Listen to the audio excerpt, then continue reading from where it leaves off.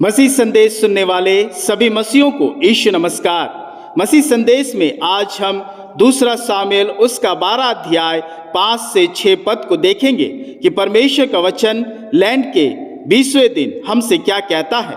दूसरा सामुएल उसका 12 अध्याय 5 से 6 पद। तब दाऊद का कोप उस मनुष्य पर बहुत भड़का और उसने नतान से कहा, यहोवा के जीवन की शपथ, जिस मनुष्य ने ऐसा काम किया वह प्राण दंड के योग्य है और उसको उस भेड़ की बच्ची का चौगुना भर देना होगा, क्योंकि उसने ऐसा काम किया और कुछ दया नहीं की। मेरे प्रियो, परमेश्वर का वचन कहता है, भजन संहिता 127 और 7 पद, यहोवा सारी विपत्ति से तेरी रक्षा करेगा। तो फिर क्यों हम अपने जीवन में कभी कभी भारी विपत्ति को देखते हैं? उत्तर के लिए आइए प्रभु की सिखाई प्रार्थना को देखें। मत्ती रचित सुसमाचार उसका 6 अध्याय 12 पद से 13 पद। जैसे हमने अपने अपराधियों को क्षमा किया, वैसे ही तू हमारे अपराधों को क्षमा कर, परंतु बुराई से बचा। मेरे प्रियो, यह वचन हमें बताती है कि हम अपनी बुराई और विपत्ति से इसी स्तर पर बचते हैं कि हम अपने अपराधियों को क्षमा करें।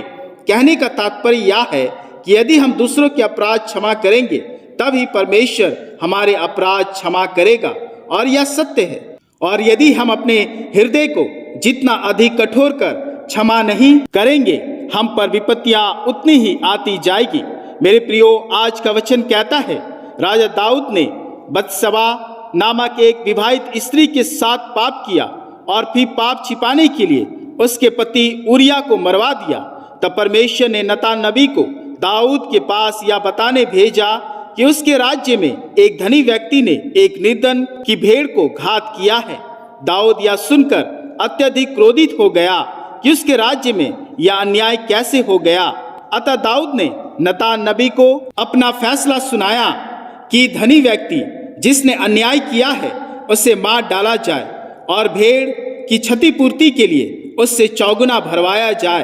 राजा दाऊद के मुख से फैसला सुनने के बाद नतान नबी ने दाऊद राजा से कहा, हे राजा दाऊद, वह धनी व्यक्ति और कोई नहीं बल्कि तू खुद है, जिसने उरिया नामक व्यक्ति को, जो निर्दोष मेमना था, घात किया है। मेरे प्रियो, यहाँ ध्यान देने वाली बात यह है कि जब हम दूसरों को क्षमा नहीं कर पाते हैं, उसका चिन्ह यह होता है कि दूसरे की अपेक्षा हम में बड़ा पाप होता है। इस घटना में राजा दाऊद के बारे में ऐसा प्रतीक होता है जैसा कि दूसरों के प्रति उसमें बहुत दया की भावना है, परंतु इसके विपरीत उसने अपने अति विश्वास योग्य सेवक उरिया के प्रति कोई दया नहीं दिखाई, पर उसे मार दिया और उसकी पत्नी को ले लिया। मेरे प्रियो, इस घटना का डराने वाला सत्य यह है कि जो न्याय हम दूसरों के लिए ठहराते हैं वह हम पर ही आ पड़ेगा। राजा दाऊद ने आज्ञा दे दिया था कि एक मेमने के मारने के बदले उस अपराधी से चौगुना भरवाया जाए, और राजा दाऊद के खुद का न्याय उसी पर पड़ा। उरिया को मारने के बदले राजा दाऊद से 4 मेमने लिए गए, और वे 4 मेमने राजा दाऊद के 4 पुत्र हुए जो मारे गए।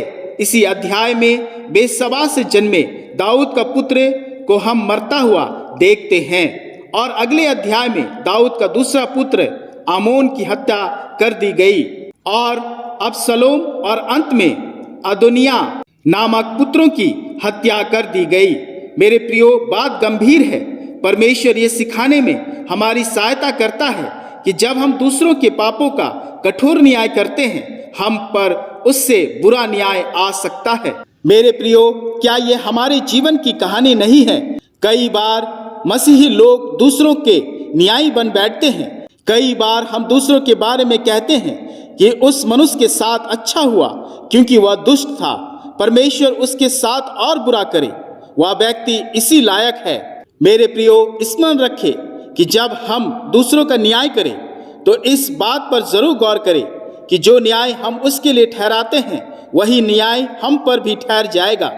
जैसा वचन भी कहता है, रोमियो की पुस्तक उसका 2 अध्याय 1 पद, क्योंकि जिस बात में तुम दूसरों पर दोष लगाते हो उसी बात में अपने आप को दोषी ठहराते हो, इसलिए कि तुम जो दोष लगाते हो स्वयं ही वह काम करते हो। इसलिए मेरे प्रियो, दोष न लगाए और दोष लगाने से बचे। इससे बेहतर है कि हम क्षमा करें ताकि हमें भी क्षमा दिया जाए। जैसा बाइबल भी कहता है, लूका रचित सुसमाचार उसका 6 अध्याय 37 पद, दोष मत लगाओ तो तुम पर भी दोष नहीं लगाया जाएगा, दोषी ना ठहराओ तो तुम भी दोषी नहीं ठहराए जाओगे, क्षमा करो तो तुम्हें भी क्षमा किया जाएगा। मेरे प्रियो, दाऊद ने अपने न्याय में चौगुना दोष लगाया और दाऊद को उसी के न्याय के अनुसार चौगुना देना पड़ा। अतः मेरे प्रियो, क्षमादान सबसे बड़ा दान है और एक मसीह व्यक्ति को हमेशा क्षमा करना चाहिए ताकि दोष और न्याय बनने के पाप से हम दूर रहे। इसलिए प्रभु हमें सिखाने में हमारी सहायता करता है कि जब हम दूसरों के पापों का कठोर न्याय करते हैं, हम पर उससे बुरा न्याय आ सकता है, क्योंकि बाइबल बताती है, लूका रचित सुसमाचार उसका 21 अध्याय 24 पद, तब यीशु ने उससे कहा, अपनी तलवार म्यान में रख ले, क्योंकि जो तलवार चलाते हैं वे सब तलवार से नाश किए जाएंगे।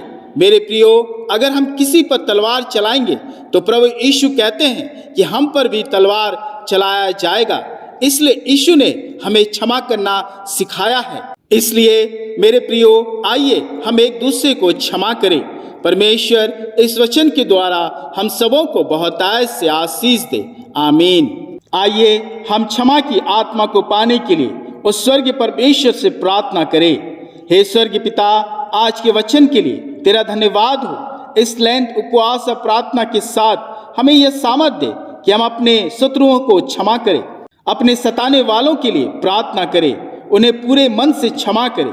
और पिता, सामर्थ दे कि हम दूसरों का न्याय न बन बैठे, हम दूसरों पर दोष न लगाए, क्योंकि तेरा वचन कहता है जब हम दूसरों पर दोष लगाते हैं तो वह दोष हमें भी दोषी ठहराता है।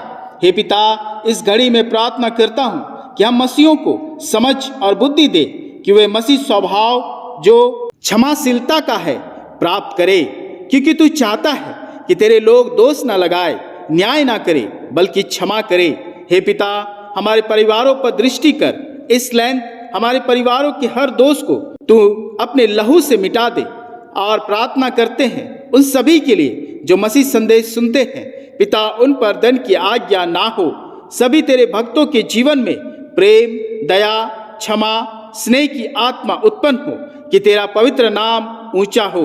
हे पिता, हम पर दया कर और इस प्रार्थना को अपने प्रिय पुत्र हमारे उद्धारकर्ता यीशु के नाम से ग्रहण कर। आमीन, आमीन।